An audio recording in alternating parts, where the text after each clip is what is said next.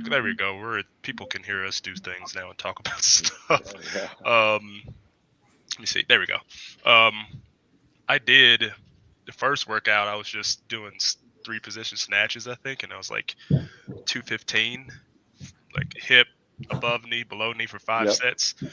And then I turned around and did an EMOM, or actually clean and jerks up to 315, and then did an EMOM. It was like a 16-minute EMOM, and the first minute was 10 hang power snatches at 95, and then a 15-calorie row, and then 10 thrusters at 95, and then a 15-calorie C2 bike. And I got to minute 12, and I was like, my fucking lungs burn. And everybody looked at me in their life, and I was like, yeah, this is where I am right now. Yeah. You just I'm put tired it of on, listening to put it that. on your back, put it on your back, and just kept it there, huh? It's pretty much.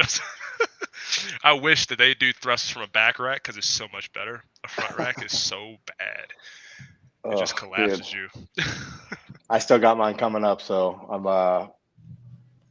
I'm not doing that. I'll tell you that much. I'm gonna take it a little easier on this Friday. I still got to run, and then you got a ring muscle up workout, and I'll be done. Losing myself. Well, keep it real for all us sinners out here. Yeah, You're seriously. doing enough for all of us. No, I've been using a ton of this. Good, man. Yeah, good to go. Like I shit you not, I sit here at my desk and I work, and I'm like, dude, this stuff during the day is pretty fucking magical. I'm not gonna lie, Dude. like it's pretty good. It's not because you guys sent it to me. It's just yeah, exactly. We gotta keep it clutch right here. Yeah. Like I'm too old for this shit. You know, I looked at it, I sit down sometimes, I get done with a workout, and I'm like laying back on my back on the floor like a starfish, and I'm like, man, what the fuck am I doing? Why am I still doing this? Yep. But no, we got Chase and Evan here today for anybody that's listening live, but usually we get most of our viewership when we publish the episodes, because I do a RSS feed and push them out to Google ads and all that stuff. But these guys own VRB Labs. I would be lying if I told you I knew what VRB stood for, but I know shit works. So go ahead, guys. Either one of you introduce yourself and talk about VRB, tag team. I don't care. Yeah, sure, man. I'll kick it off, introduce myself, and then just what VRB stands for. But so I'm Evan. I'm originally from Houston, Texas, so I'm one of the co-founders of VRB. Quick background on myself. So I was, I played college soccer at West Point. Graduated in 2010. Went into the Army for about 6 years. Served with the 3rd ID in the 75th Ranger Regiment. Couple deployments to Afghanistan, and then ended up getting out into 2015. Worked in finance for about 3 years, and then went back to business school at Wharton, which is where I met Chase, and we built. That's where we initially met, like kind of first week of the first year, and started building VRB, which stands for the part of speech. So VRB, like to be in action. So like, our kind of theory, our idea and our like kind of purpose is to, help people stay in action, moving, feeling good, doing what they love. And so, that's kind of what VRB stands for. We want to build products that keep people in action, doing what they love, and out there, maintaining what they've always done. So that's where the name kind of comes from. And I'll pass it to Chase for an intro. Yeah, I mean, I'll keep it short here. I played rugby at the Naval Academy, service selected into naval aviation. So I was a naval flight officer for about 10 years, launching off the pointy end of the aircraft carrier. Elected to get out after 10 years and went to business school at Wharton, where I met Evan. And I guess just a little bit of background, I guess, on that, like, coming out of D1 sports and in the military, and as we were kind of talking about beforehand, I'm still I've been CrossFitting for I guess over a dozen years now. You tend to get banged up, and by the time we were in business school, we were just banged up, and we had issues with stress, issues with pain and inflammation, issues with sleep. At the end of the day, all those things really just affect your ability to perform. It really affects your quality of life and your ability to just do the things you want to do. So Evan and I kind of, as customers, we identified like, hey man, we're out of the military now. We can try all kinds of different stuff. We tried all kinds of different, natural alternatives to the stuff that we've been taking, and we found, some benefit, but also just a ton of issues. The products either didn't work, or they worked sometimes but not always, or they had, poor quality ingredients, or less than stellar transparency. And so we looked at all those things, and really just kind of came up with an idea that we thought we could do a better job. And while we were in graduate school, we just kind of started walking the dog to see if we could actually do that. And by about a year into grad school, we had identified a team of researchers and pharmacologists out in California that had a ton of experience, essentially doing exactly this thing for other populations who had issues with neurological disorders and chronic pain and that kind of thing. And we kind of went to them with a hypothesis like, hey, we think that for people like us who are not, we don't have chronic pain. We're not, patients by any means, but we're people looking to live at our best and perform at our best naturally. We think that we can do a good job of that with natural and targeted blends. And so about 6 months of R&D later, we developed products, got those out, I should say, into the hands of our other buddies from the military, folks that have been in CrossFit, in professional sports. So we had guys that were, in the MLB and NFL, et cetera. And anyway, we got great benefit from the products ourselves. We got incredible feedback. And the more we started getting those into the hands of folks that needed them and that were, no kidding, high performers, ultimately we were like, you know what, this is a real thing. And we pressed go, and I guess the rest is kind of history. We're kind of been doing it for just shy of 2 years now. And, entrepreneur life. Dude, that's awesome. I wish that I made a thing that was better. I think a lot of people get confused or like misconstrued with the idea of making a product or doing something as far as giving something to consumers. People go, "Oh, I need to reinvent the wheel." No, no, no, no, no. You just need to make the wheel a little better. Like add a screw here, add a bolt there, change out some materials, and you got a whole nother product. And when people kind of actualize and realize that, they can change the pathway of a certain system of things. Like, so you guys are in the world of CBD. I know here in Colorado you can go to Discovery CBD. You can go to they have one more. I think the one Noah Olson used to go to is in Denver. What is the name of that place? Full Spectrum something Yeah, CBD. full spectrum. And I know that those places, they're good and everything, and they do third party testing. But what you guys did was, I don't know what you did with your formula, what changed, because I've used CBD for a long time. I'm gonna be honest, I used it when I was in the military, and I did the one that was third party tested. So I would scan the QR code and go, okay, there's no THC in this thing. That's awesome. And it kept me going until my last few months in the Army, because I got out because my knees were ruined. Like, I have very little cartilage in there. My menisci is just ruined from all the rucking, the jumping out of planes, the running on blacktop all the time, and my body had just had enough. And I was like, well, when I get up in the morning, it sounds like Rice Krispie treats. What the fuck am I doing? Yeah. I'm pretty sure you guys can relate to that, especially Evan. We had the harder route in the military. I think, Chase, you got the easier route with aviation. Yeah. Hey man, choose your rate, choose your fate. Yeah. That's fair. But how did, I guess, I don't want to say how, is there a reason why you guys, I know you told kind of why you picked CBD in the first place, but what about that gave you the confidence to kind of go, oh, we can change this thing for the better. We can make this outstanding product. What was that kind of like? Yeah, I guess, there's a couple of things, at least from my perspective. As a consumer, Chase touched on it a little bit, but as a consumer looking to try CBD and really knowing nothing about it, there were so many. It was just such a confusing and like stigmatized space. When I went out there, I was like, okay, I'd read about that. This thing can help with stress or sleep or pain and inflammation, but Then when you want to go buy a product and you want to go, okay, I want to unlock CBD. I want to use that, add that to my daily routine and help with inflammation, help with stress, help with sleep. Cool.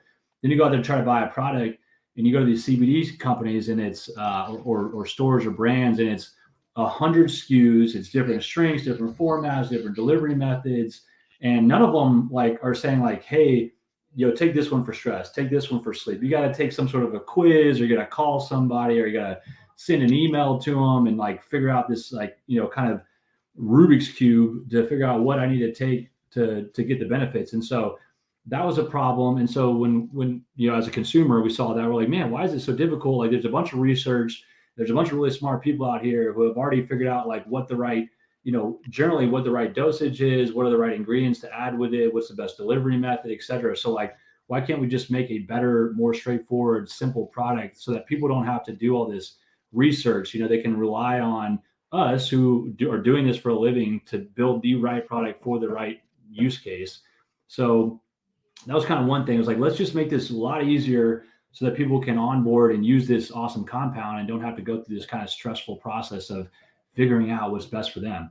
And then two, coming from our background and looking at the CBD space, it was highly stigmatized. This was like, here you read about all these awesome benefits, but then, coming from where we're at, it's like, man, Yeah. you got this like Cheech and Chong, kind of look and feel weed leaf all over the product. And it's like some dude, you might find something in a gas station. You might find some like at a really high end boutique, like CBD store, and it's like everything in between. And it's like, I don't know if this is for me, if I should even trust these people or what is, what I should take. So, and I know that a lot of people from our backgrounds feel that way. And so another one of the reasons we wanted to build a business is because this is a very effective compound, but it was like something that we felt really standoffish against. So like we wanted to break down that barrier. So we want to build, we wanted to build a brand around us and who we are, be very transparent, and get this into a bunch of,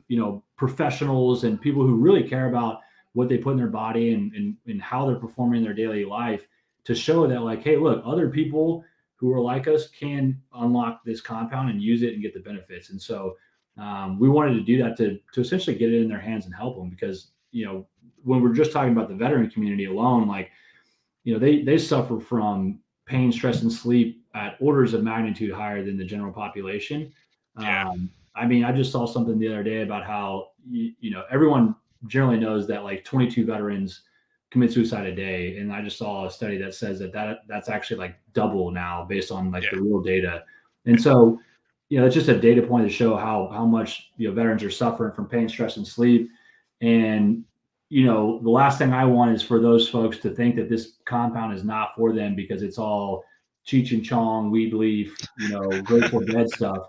Yeah. I want them to know that like, hey, look, man, this stuff is effective. It helps. People like us are using it and getting benefits, and you can too. So like, please help yourself. Yeah. Some reasons. It's kind of funny that you had an experience like that, because you don't have to mute yourself, Chase. It's fine. Background noises. I'm gonna clean it all up in the back, so don't worry about it. This will go up to YouTube, but people like that audible noise. They want to know you're human, man. Sip your coffee. I like that. All right. I want to hear you slurp. Yeah. All right. Do all that. Careful what you wish for, man. But yeah, Evan, like I have a buddy named John. He's been on here a couple of times, a couple of episodes. He did his 20 years. He's 100% disabled, like me. Like it doesn't look like I'm 100%, but I am. I'm broken. My spine is fucked up. I have no knees.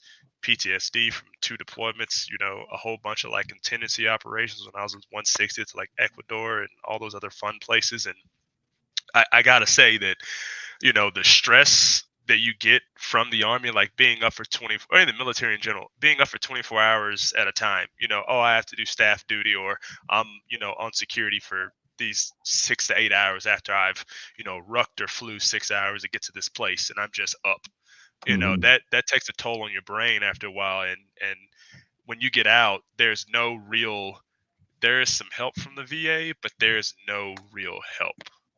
It's kind of you're asked out, go get your own health care. They teach you how to be a soldier in the sense of speaking, but they don't teach you how to be a normal person. They don't. There's no on the back end. There's no okay. Let's slowly for the first 6 months, for the next 6 months that you have left in your contract, we want you to go out find a job. Well, on the officer side, they do this. I kind of got that benefit. I don't know if you gentlemen did, but I saw a lot of my enlisted counterparts kind of go from, all right, you're getting out in 6 months. They're like out process, bam. There's no CSP program for them. They're gone, and they're like, what do I do? And and the answer to some of that stress is CBD. And there's also no like middle ground, right? It's like nothing, or it's like straight VA. You're in the depths of the program, and you gotta go through. You gotta get your own doctor. You get prescribed medication, and like to go from that to that is a huge step, and it's a huge pain in the ass too. I mean, to deal with the VA alone to get a prescription for anything is freaking nightmare, or to get treatment for anything. And so like there's such a barrier to get help because of how difficult it is. And so that's the other thing that we're trying to offer is like there was no middle ground supplementation that was clean and healthy that you could take to kind of at least help yourself to a certain level. Sure, there's people that are going to be way beyond like what CBD is going to be able to do for them, and they need to get real help. And that's when you need to go see a doctor, or go to the VA and get help. But like there's got to be a middle ground, and we didn't see it, and there wasn't a good option. So that's kind of what we're offering.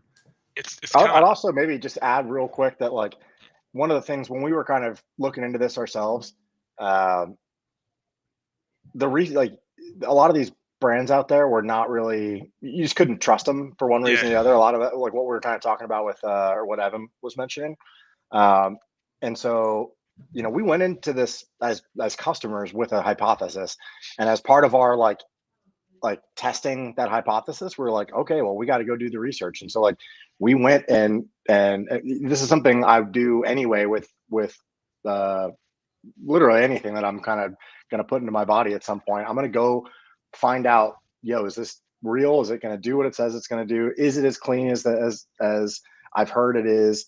What are the long-term repercussions? What are the second, third order repercussions of taking something like this? And we did that as customers, and we found like, oh, you know what? Like a lot of what I've heard is true, and a lot of what I've heard on the negative side turns out to be kind of an old wives' tale, kind of like reverberations from the 80s, 90s DARE, against drugs program or whatever. And we're like, you know what? Like at this point, if it is clean, if it's going to help me, if it's natural, if it's not going to like jack me up, and it has a chance of helping me out, I'm going to give it a go. And then when we did, turns out, like, go figure, it actually works really well, particularly when the blends that we came up with, where we sort of really targeted these products down, like, hey, I got trouble sleeping, boom, there's a clean natural product for sleep. At the end of the day, man, like you got to be military or not, you got to be your own boss of you, and you are your own best advocate. And if you're in pain, if you're hurting, if there's something going on, like there's only so much that other folks can do for you. You got to like take charge, do some research, and make it happen. And our goal with VRB was partially like doing a lot of that, creating those products and getting that research out of the way for folks like us, so we could just say, like, look, VRB is the brand that does this right and does comes up with the products that we need, and that way we kind of cut out the middleman, if that makes sense. That's what I tell my son all the time. Like, he's going into middle school basketball now, where he was playing like 5th and 6th grade basketball. I played college basketball. I did all that fun stuff. That's probably why my knees are so fucked now. So insert that in there. But I tell him all the time, I'm like, no one's gonna take better care of you than you. No one's gonna give them as much of a shit about you as you. I'm like, like, I love you unconditionally. I will, do everything to take care of you, outside of break the law. Maybe break the law. Depends on what you did. I'll lie for you occasionally. Like, you have to do what is best for you. It's like, you don't need the opinion of all these other kids around you. If you think that, dribbling backwards works better for you, then fucking dribble backwards, man. I don't care. I don't think it's going to work, but you try and fail, test, retest, try something different. And that's what I appreciate with what you guys did. And one big thing I did notice with you guys' product is you said take it 30 minutes before you go to sleep. that's a legit thing. I took it like an hour before. I was like, oh, it's probably like all the other CBDs. I put like one dropper under my tongue, and I was sitting on the couch watching TV, and I was like, da da da, blackout. And I slept, like I fell asleep, and I was like, oh god, and I waddled to my bed, and I laid back down, blacked out again. I think, yeah, that was the first 2 days I took it. Both of you guys, I slept for 12 hours. I was like, oh my god. Oh, bro. I woke up and I was like, I feel What so. year is it? I was like, where am I? Like I freaked out. I was like, where am I? And I have an 8 sleep mattress because if I'm gonna spend half of my life on something or like shoes, and socks and things like that, I'm gonna make 100%. sure it's the best possible thing I have. And I think now my resting heart rate when I sleep is about 42 beats a minute, and I take you guys' stuff once at night. I need to order some more. It's time. But yeah, like I take it and holy shit, dude. Because I was going from, all right, let me try to. I'm out of the army. Let me try to smoke weed, and I was like, I woke up groggy. I'm like, I don't like that. That's weird. And funny enough, me and my buddy John, they're trying to introduce a proposition here for 301 in Colorado and Colorado Springs, basically to make it legal to buy recreational marijuana and CBD with THC in it in the county of El Paso, which is pretty important because most of that revenue they've pledged to dump 15 million of it per year into veteran mental health. So, that's a big thing that will reduce violent crimes by so much. And it doesn't even stop at veterans. It's like homeless people. Here you go. Here's some money to make, shelters or give you someone to talk to. Yeah. That's the term. And it has helped me tremendously with my like depression and PTSD because I have done things and seen things that I don't want to have done or seen. I'm pretty sure you gentlemen can like, agree or be on the same term, same Yeah. kind of situation. But it's not just it's not just the physical or sleep aspects to it. It's the stress management. Yeah. And kind of with that stress management, have you guys had any testimonies of like the reduction in anxiety from anyone? Yeah, man. I mean, I think kind of similar to what you were saying about the daytime formula. I mean, there's this kind of 10% of unwanted stress that some of us deal with that is like a debilitating stress that essentially keeps you from doing what you want to do or doing what you need to be doing because you're just kind of in this paralyzed stressful state or just constantly running hot to where you just kind of feel that stress in your chest. You're anxious, you're a little on edge because of it. And so, yeah, I mean, we have a ton of people who are in the kind of like high stress jobs or roles, whether it's investment banking or consulting or the legal space or there's tons of occupations out there that are just inherently super stressful. And so usually it's those folks who are in those positions that are using our supplement, and it does what it's supposed to do. It kind of shaves that 10% of unwanted stress off so that you are now able to look, process, and get stuff done. Otherwise, you're just in this frantic state of just constantly stressed out and anxiety ridden. So, yeah, I mean, we got reviews on the website, but like, that's what's always awesome to see is whether it's on the sleep side, stress side, or even the recover stick you were just showing, people who have, neck injuries or back injuries who, have tried to, do PT and work, work through the issues, but and that obviously is a part of the solution. But the recover stick also is it's help people get back on the field, or it's getting them back in the gym because they feel better about mobility and can actually get moving again. So all those testimonials about people feeling better and moving better, sleeping better is honestly what it's all about. It's awesome. Dude, it's pretty awesome because I'll take a piece of what you said, that 10% of unwanted stress, taking that edge off. I kind of think of that from the performance aspect as well. When I go in the gym and I'm thinking, oh, this workout is 20 minutes long or it's 30 minutes, a 30-minute EMOM, I'm going to fucking die. Like I'm sitting there going, oh man, I really don't know how this is going to go. I want to do this unbroken, do that in this many sets. And I'm just all that little chatter. I'll like take the work CBD before I do a workout. And it's kind of like the potion for getting the fuck out of your own way, so to speak, because I didn't know what that meant. I was listening to a couple other podcasts. I was talking to a buddy the other day, and he was like, dude, you could be really good at this. You should get out of your own way. And I'm like, what do you? I was like, what are you talking about? I don't know what that means. I'm a Yeah. 31, almost 32-year-old man. And I was like, I don't know what get out of your own way means. So I started Googling and like Nah. reading and researching. And I was like, oh, I've been doing this my whole fucking life.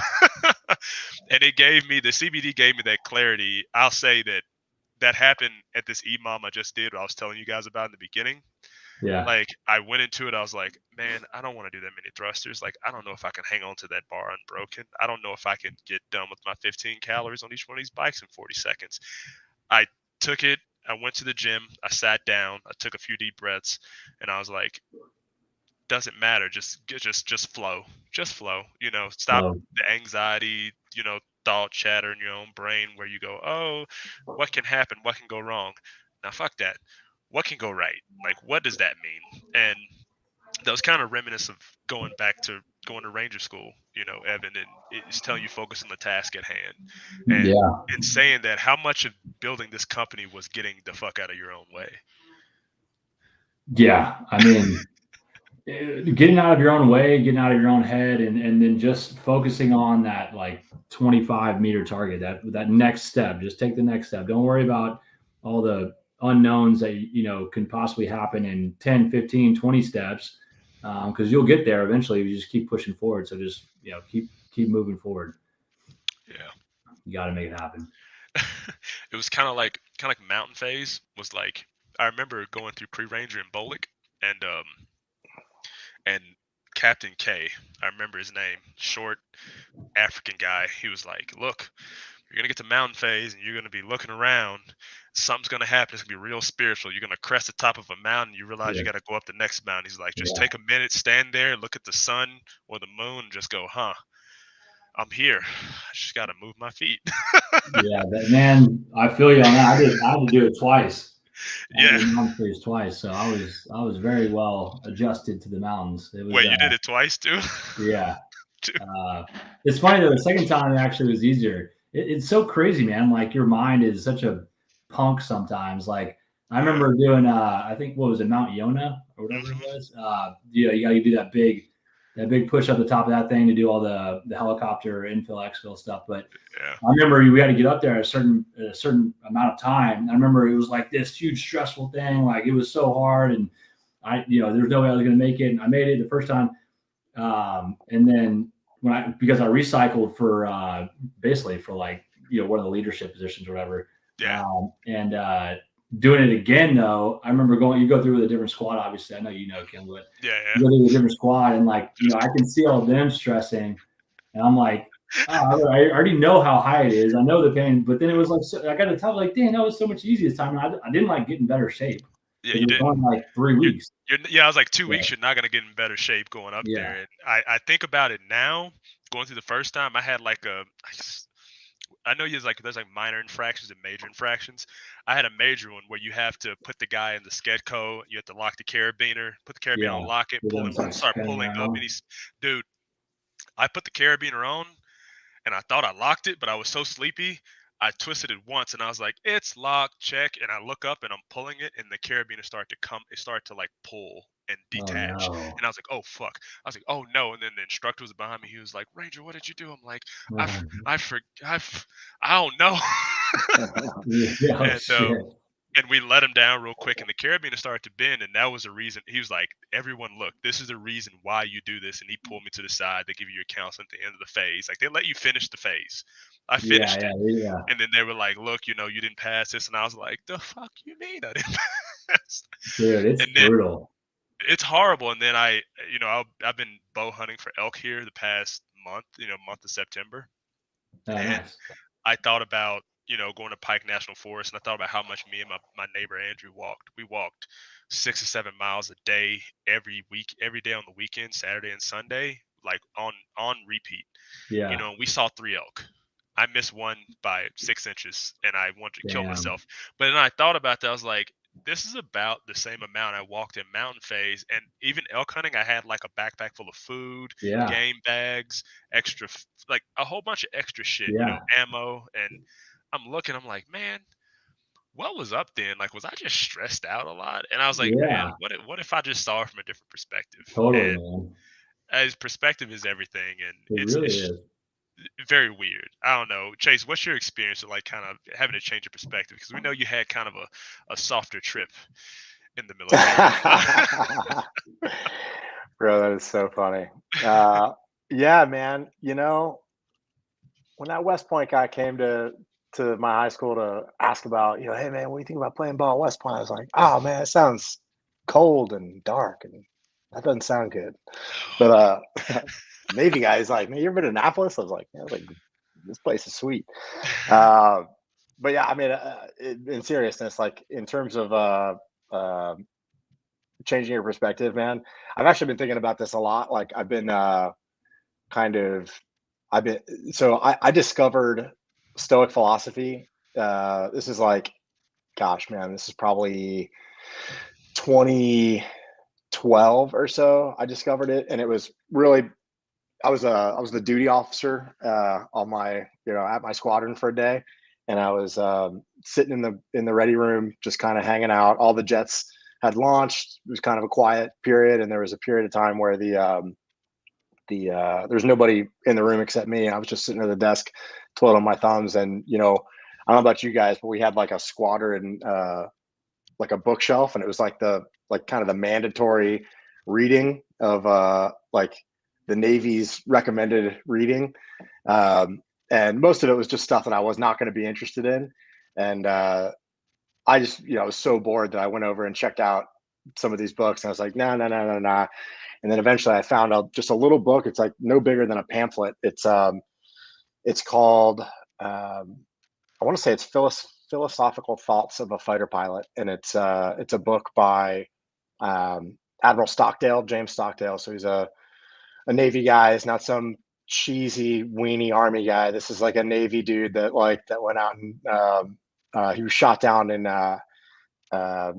over Vietnam, and he spent, I want to say, 8 years in the Hanoi Hilton, and he had previously to going back out on deployment, he had just finished a master's degree in philosophy at Stanford, where he studied Stoicism. And essentially, once he got or when he got shot down, he ejected. He's riding the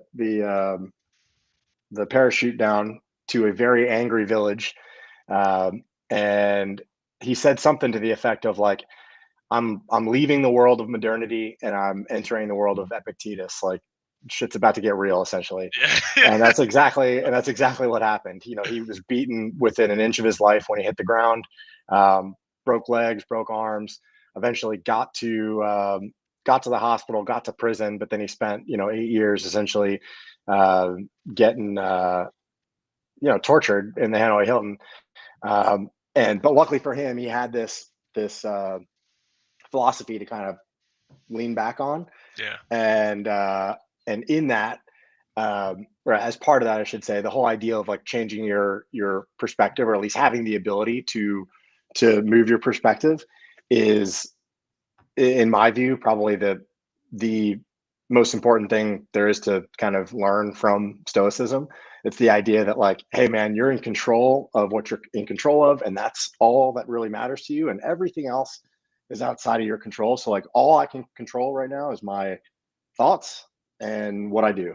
And so like the thoughts, obviously, like that's pretty tough. Like sometimes you get cut off in traffic and you're just like, man, fuck that guy. Yeah. And then whatever. But that's like, there's a moment where you can say like, all right, do I realistically, how do I feel about that? Maybe this guy's on his way to the hospital. Maybe he's having a bad day. Maybe this guy just doesn't know what he's doing. Maybe he's a shitty driver. Maybe he's an asshole. But at the end of the day, that has nothing to do with me. And all that I'm in charge of is my thoughts. I'm just going to like send some good energy to that dude, man. I hope you have a better day, and I hope you act more right next time. And then what I'm going to do is go about my life. Like I'm not going to run that dude down. I'm going to manage my thoughts and my actions, and that's it. And so like that's kind of what I boil the whole idea of, like understanding your perspective, changing your perspective, being able to look at things from a different perspective. The whole idea of like negative visualization, where you're able to like look ahead in life and essentially think through like negative things that could happen. What if I do get rear-ended? What if I lose somebody close to me? What if I lose my job? What if the economy takes a shit and I'm not going to be able to do the things I thought I was going to do with investing or whatever? Like, think through that beforehand. Really think through it. Like, what if this? What if that? Whatever. And if you still end up with, again, your ability to maintain your thoughts and your own actions, then it turns out, nobody wants bad things to happen, but like, it's not something that you can control. Therefore, you don't spend time spinning your wheels about it. And so, like, that's another way I think of being able to change your perspective beforehand, like training yourself to be able to do that. Yeah, I think about that often. There's a member of a gym that I go to. I go to a couple, and she had cancer, and I was like, oh Jesus, like that's terrible. And she was like, well, I have a couple of choices. She's like, I either do chemo and take a gamble, or I don't do chemo and take a gamble. She's like, regardless of what it is, it's still a gamble. She's like, the only thing that I can control right now is how I react to this whole, terrible news in my life and what I do because of this terrible news. And it turns out, she beat it. And I was like, I got really curious. I was like, what did you do to kind of get past that hump, of being depressed, feeling remorse, essentially going through the stages of grief? And she told me the same thing that you said. She's like, I started reading a lot of Stoic philosophy. I started reading a lot of Marcus Aurelius and seeing how people got from where they were to where they wanted to be. And she was like, I attributed lots of positive thinking and shared adversity, or as we call it in the military, shared suffering. There was a really good parallel I drew between what she went through and what us three went through, because we've all went through basic training. We've all went to like SEER school, which is fucking shitty. And, me and Evan, I don't know about you, Chase, we've both been to Ranger school. And there's something to be said about when you have a shared level of suffering with another human being, you can relate to it. And then you kind of sit there and you go, if I can make it through this really shitty thing, then everything else is a lot simpler. I do that all the time. Yeah, exactly. I think back to Green Platoon when I was getting ready to go to 160. It was 30 days of just fuck you, basically. And I remember sitting there one night they were like, oh, you have a 6-man team, go and pull this Humvee up this quarter-mile hill. And you look at each other like, how the fuck am I supposed to do that? Day goes into night goes into day, and you've moved 200 meters, and you're like, there's no brakes on this thing. How do we stop it from going back?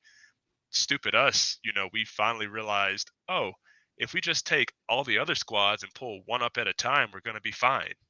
And it worked. It's kind of like this aha moment where it worked. And I believe that when you can kind of change your perspective, or the key to change that perspective is knowing of the fact that you've been through something worse to get to something better, or that eventually this has to come to an end. Either I'm going to die trying and I don't feel anything anyways, or I'm going to finish it and 10 minutes later I'm going to feel a lot better about it. And well, dude, I mean, to that point, like, there's a lot of human nature is a motherfucker, man. It'll throw you for a loop. And when you're going through an adverse situation, and you start thinking about like, oh man, like people are looking at me and like I'm not doing well, I'm fucking this up, like what do they think of me, what's it going to feel like if I fail, what's going to happen, what's going to become of me if I don't achieve this thing that I said I was going to do, and da da da da. I mean, like, that's when you're just like, the whole time that's stray voltage. That is just like energy going anywhere except where it should be going. And so if like the quicker you can recognize that and say like, whoa, wait, what can I do here? I can manage what I think, and what I think is I'm going to do whatever it takes to get up this hill or die along the way. That's what's going to happen. Those are the only two things that I'm going to do here. Cool. I know that. Great. And now what am I going to do? Like, I can't sit and think. I have no time to think about what that guy thinks or what's going to happen, whatever. I'm just going to think about what it's going to take for me to get this freaking Humvee or whatever up the hill in that example. So like, the faster you can, or the longer you can sort of, I guess the easiest way to say it is just like the better you can get at identifying that just moment to make that decision, or identifying when you're in a weird negative loop. I mean, it makes a world of difference, and it's like it's a relatively easy, simple thing, but not easy, I guess. Yeah, Yeah. it's also like I mean, it's a good example of why it's important to try hard things and to accomplish hard things. I mean, if you just constantly are always doing the easy thing and just kind of skating through life and you know never putting yourself into positions to where you are tried and you are broken and you are you are met with defeat or failure, etc., or even putting yourself in a position to possibly be defeated or have failure, then you never really grow. Then you're never able to level up. So like the example of Ranger School that you're saying is like because we went there and we were able to do that. Now we're able to use that we're here now, and now we're able to use that to like point at other things and say, well, I've been here, so this is not that bad. So like every time we do that, whether it's a workout or it's or it's a class or trying to teach ourselves a new skill, like learning the guitar or playing the piano or how to grow a garden or any of these things where like you're challenged and you could potentially fail. It's because those are hard things to do, and just by the fact of you trying it and being in that situation, you've now grown and leveled up to a new person, and then other things become more relatable and more achievable and more you become more confident, which are all great things, obviously. And so, you just got to get outside of your comfort. You got to get out of your own way. You got to get out of your own head and try Yeah. new things to grow. I mean, I realized I was practicing all these things and I didn't know that I was doing them already, or I wasn't really. I had to have someone identify what was going on and what I was doing to fix it, or the things I need to do to fix it as well. And I tell my son this. I told my son this yesterday. He went to the gym. I've started taking him to the gym with me more. I'm like, hey, come watch what I'm doing. He's like, oh, he's like, this is really hard. I'm like, yeah, but what is the reason? Why do you think I'm doing this, Isaac? He's like, well, you want to get better. I'm like, yeah.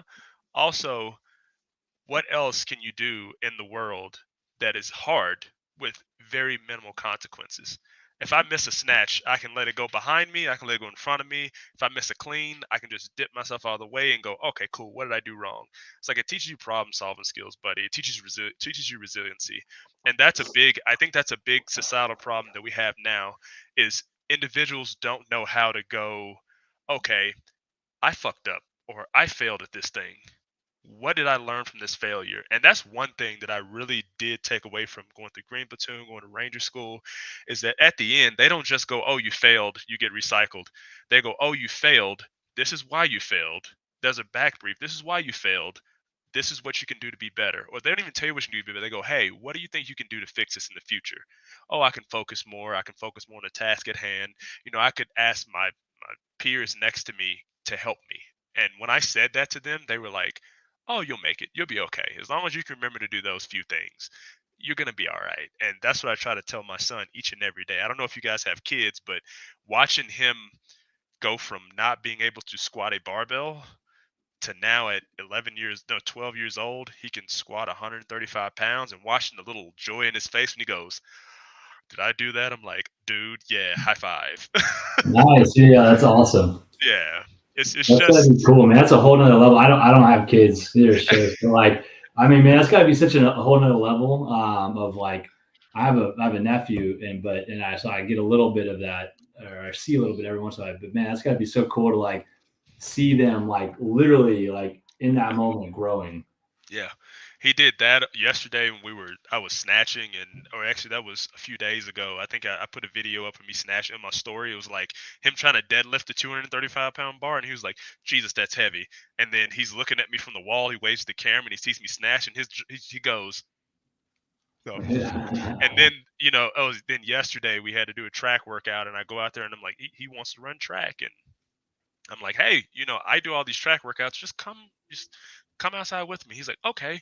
He goes out there. He's like, we have to hold this pace for this long. I'm like, yeah, you can do it, but you don't have to hold that pace. I want you to stay half a lap behind me. And he was like, I should be able to do it as fast as you. I'm like, no, no, no, no, no, no, no. No. This is no, no, no, no. We're gonna get you to that point. Just stay half a lap behind me. And sure as shit, he was half a lap behind me. And he was like, that was hard. And I'm like, yeah. He's like, well, why wasn't it that hard for you? I'm like, it's all about stimulus, buddy. Like, Yeah. you're going to get the same effect from this as I am.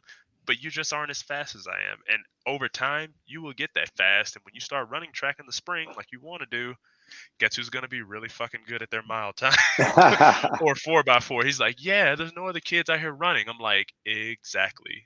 Yeah. Talent only takes you so far, at some Learning point. has occurred today. I know, right? Yeah. And like, I can see it. Like, this is like, watch this. This is his face. Let me turn towards the camera. He goes, he opens his mouth. Like, his mouth goes real wide. He's like, dang, like he's just eating all the knowledge nuggets. That's kind of a weird innuendo, but he's like, damn, man. He's like, dude, you're smart. And I'm like, yeah, because I've lived it and I've failed a whole bunch. I don't want you to fail Yeah. as much. Yeah, man. You skin your knee enough, you're gonna freaking learn a thing or two. Yeah, a whole bunch. But yeah, that's kind of going back full circle to getting the fuck out of your own way. And I think that's a big proponent of that's. I won't say proponent. I'll say this. I'm proud of you guys. I don't even know you, and I'm proud of you. It's not even the fact. Yeah, it's not even like I lose or gain nothing from being proud of you guys for building something from nothing. And there's a lot to be said about just going, okay, let's try this. If I fucking fail, I just fail and I'll start over again and I'll figure out where I messed up. And most of it's from, knowledge of people that done it before you, like all the books on your bookshelf behind you, Evan, or, Chase, I think there's some books right there. Yep. Right behind your name, Blacker, there's books. I have Right. books not in this office. They're underneath the desk, but like learn something from somebody. Like you guys doing this is fucking amazing. And the things that you guys do for other people, your outreach is really amazing as well.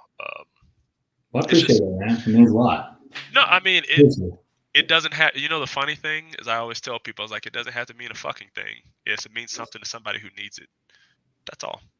Yeah. Like, how did you guys get in touch with Josh Bridges? How did that work out? So man, pretty randomly. Like, we get hit up in our DMs a bunch. And it's usually just like bots like, hey, Veronica, would you like to be? I'm like, Veronica, I don't even know.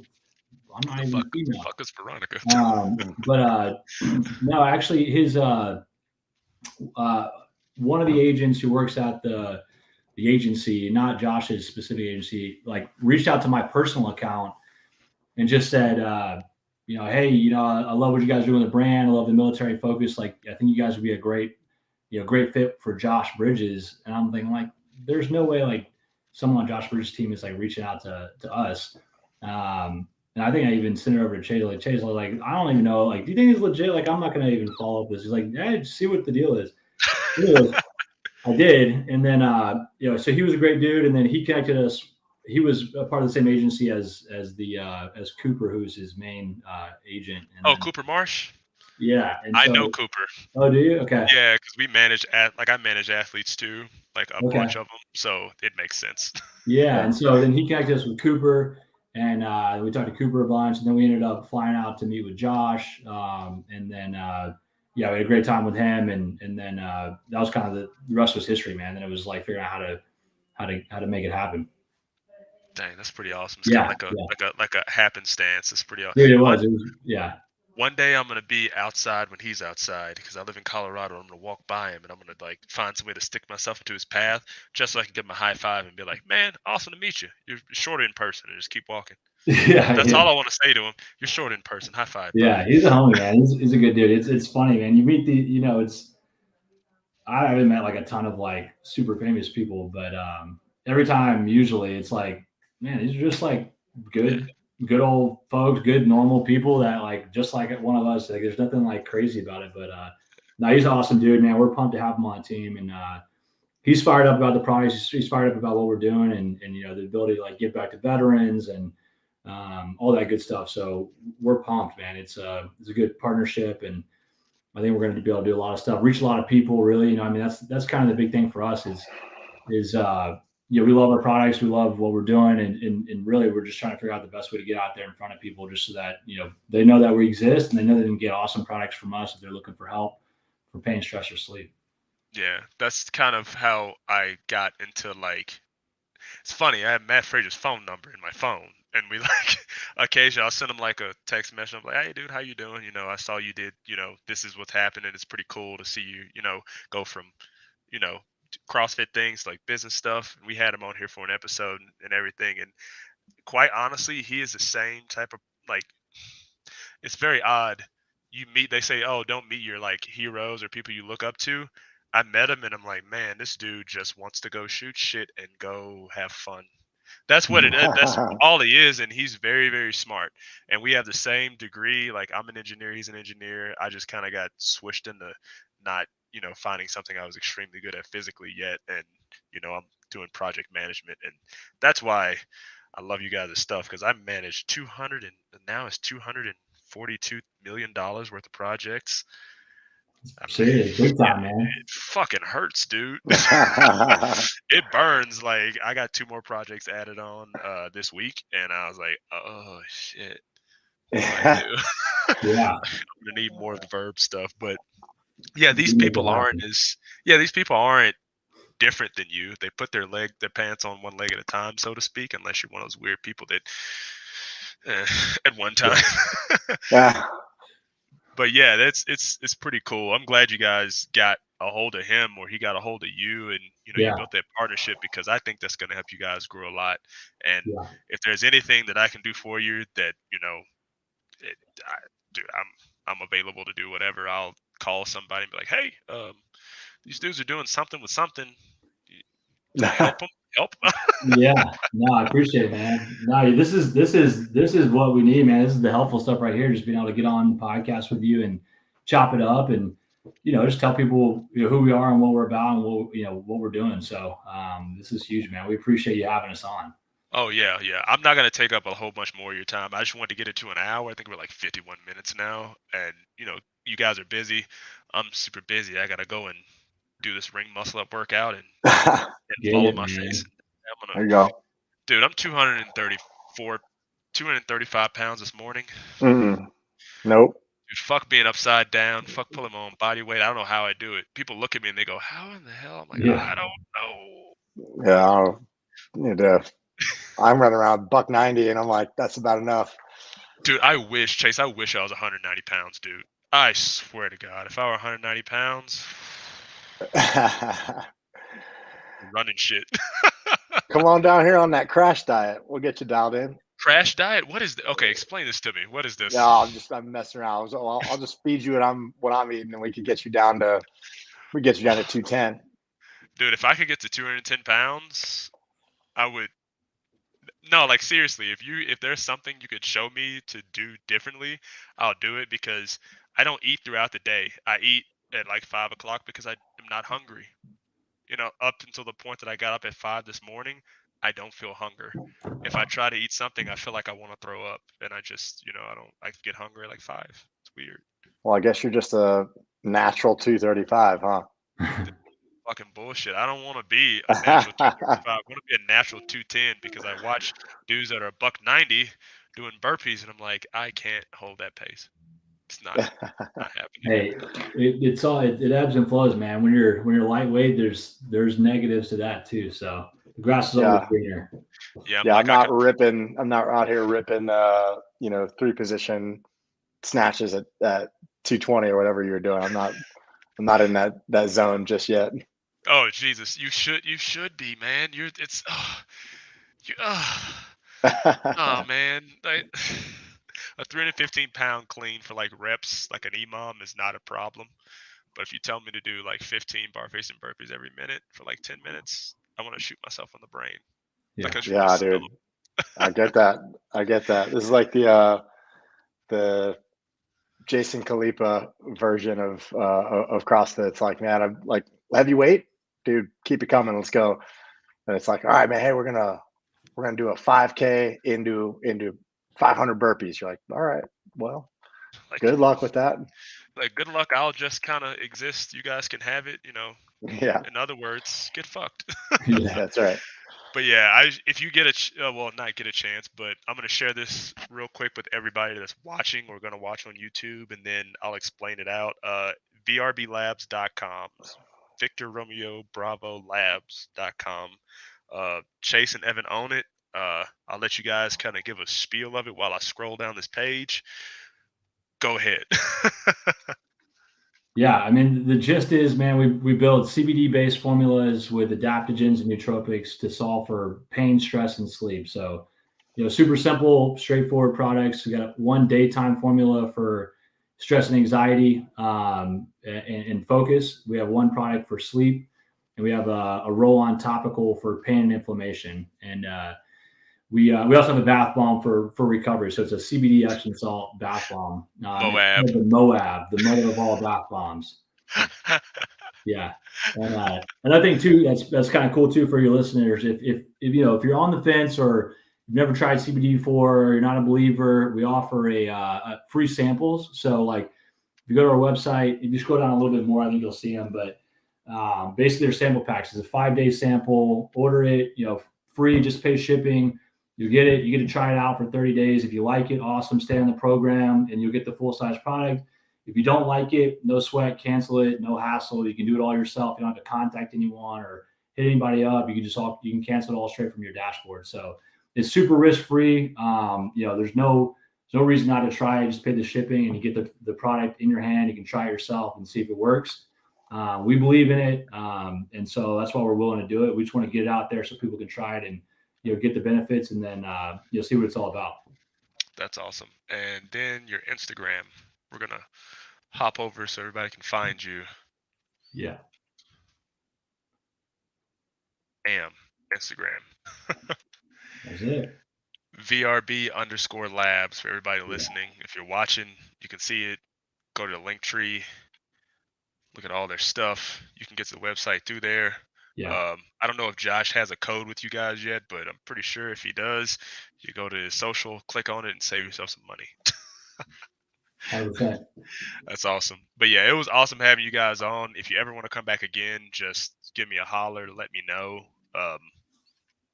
It's awesome. Oh, also, last thing, Steve had his fucking baby. That's why he's not here today. He had his son. Congrats. He had his son. Congrats, Steve. I know you probably were watching, waiting for me to say it.